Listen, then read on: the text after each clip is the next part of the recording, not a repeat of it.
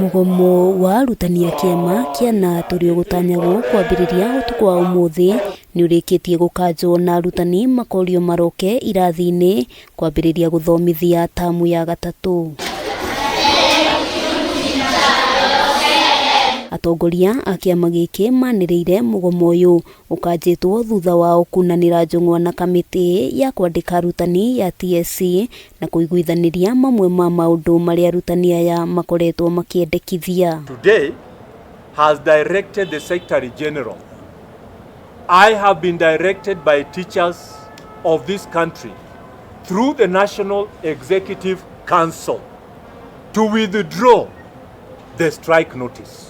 Kuringana na mwandiki munene kĩama-inĩ gĩkĩ OYUU, gatagatĩ-inĩ ka maũndũ marĩa arutani makoretwo makĩenda makinyanĩrio nĩ hamwe na kwambatĩrio ikĩro cia ũruti wa wĩra kũrĩ arutani 130 na gũkinyĩria rĩu arutani 51,000 nĩo mambatĩrĩtio ngathĩ. OYUU akiuga marĩ na matanya arutani 78,000 onao nĩ mekwambatĩrio. The commission only informed us about promoting 51,000.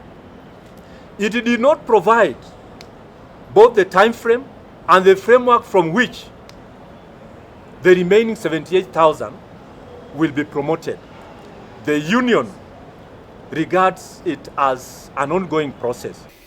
OYUU hamwe noguo augĩte TSC nĩ yamaheire ũma wa gũkinyanĩrio kwa nyongerera ya mĩcara ya arutani kuma mweri wa Mũgwanja mwaka ũyũ ta ũrĩa maiguithanĩirie thĩinĩ wa ũkinyanĩria wa ngirimiti yao ya ũruti wa wĩra na ũguo kũhe mweke wa mĩario ya ngirimiti njerũ ya mwaka wa 2025 2029. And we cannot sit back and say that the government promises and withdraws again.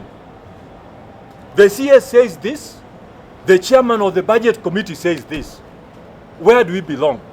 Where do you want us to take these teachers?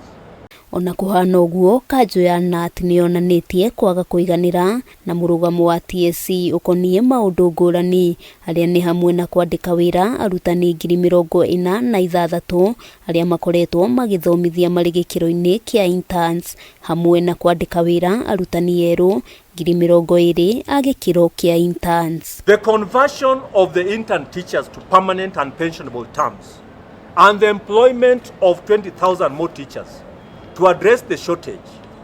This remains a serious matter that if not addressed, hell will break loose. We are concerned about these young people. Handũ-inĩ ha Kameme TV rĩtwa rĩakwa nĩ Wambui wa Njũgũna.